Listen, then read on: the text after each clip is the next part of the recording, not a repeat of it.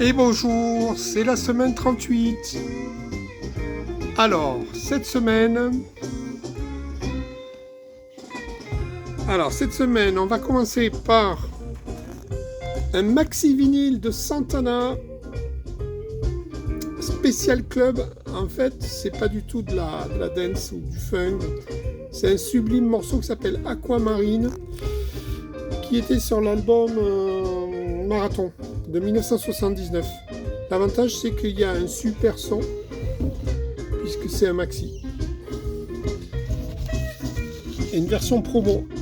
Là, un petit collector, Champion Jack Dupré, donc c'est un pianiste de blues de la Nouvelle-Orléans, et ça, c'est un original de 1965. Pressage allemand.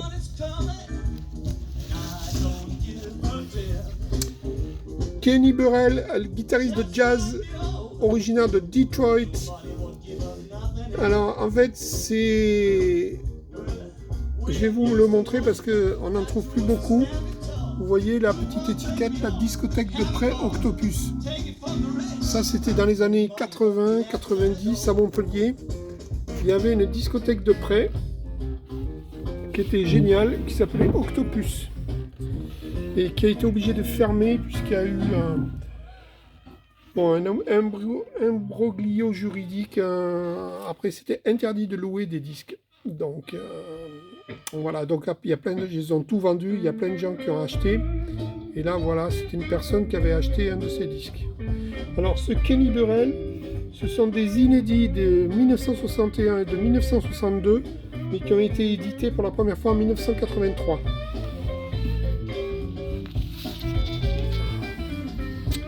Wings, l'album Venus and Mars de 1975.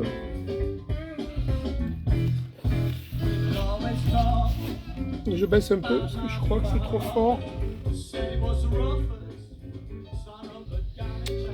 George Lewis, donc c'est un... Je sais pas si, en fait, de quel instrument il joue.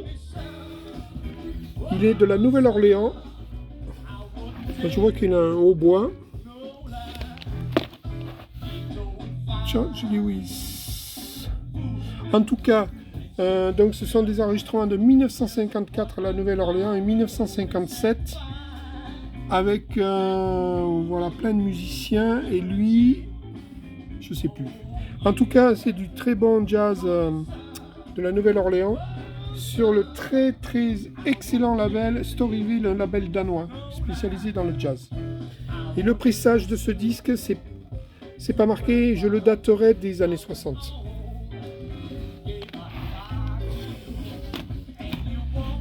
LA Woman, l'album de 1971, bien sûr c'est un repressage.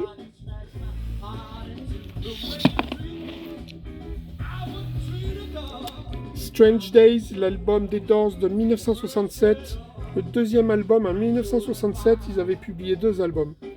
Bien sûr, c'est un repressage. Alors ça, c'est intéressant.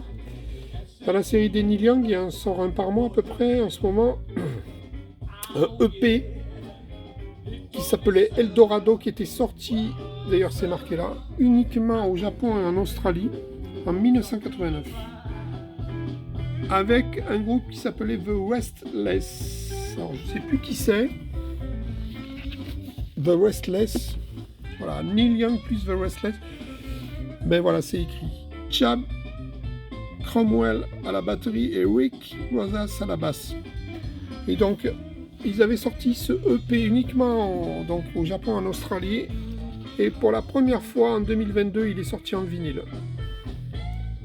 Le voilà. Ben, il en faut un petit Rage Against the Machine. Dire que je les ai loupés au Zénith de Montpellier. C'est leur premier album de 1992. Et bien sûr, c'est un repressage. Morshiba, groupe anglais de trip-hop, leur album de 2008. Réédité en 2022 en édition turquoise vinyle, un vinyle couleur turquoise. Bon, il en faut tout le temps. Les Headhunters, Herbie Hancock 1973, un des meilleurs albums de jazz funk. Bien sûr, c'est un repressage. Festrux Engels, c'est l'album de 2011, un repressage aussi. Le Velvet Underground, l'album de 1967, bien sûr un repressage. A noter que la banane se pèle réellement, elle est en relief et dessous c'est rose.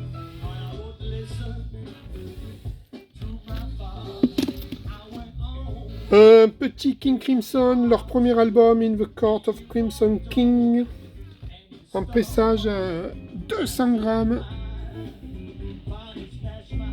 original de 1969, coûte un bras, mais la réédition est bien quand même, hein. Voilà. Et on va terminer avec Nina Simone.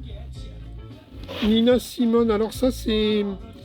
En fait, c'est intéressant parce que c'est un EP sélection. En fait, c'est 4 EP. 4 EP. Alors, les EP, pour ceux qui ne connaissent pas, c'était les 45 tours 4 titres ou 3 titres. Et donc, c'est 4 EP. Un EP anglais de 1961. Un EP anglais de 1957 et en face B un EP anglais de 1957 et un EP US de 1957, à chaque fois avec 3 ou 4 titres. Voilà. Donc je vous remercie et à la semaine prochaine.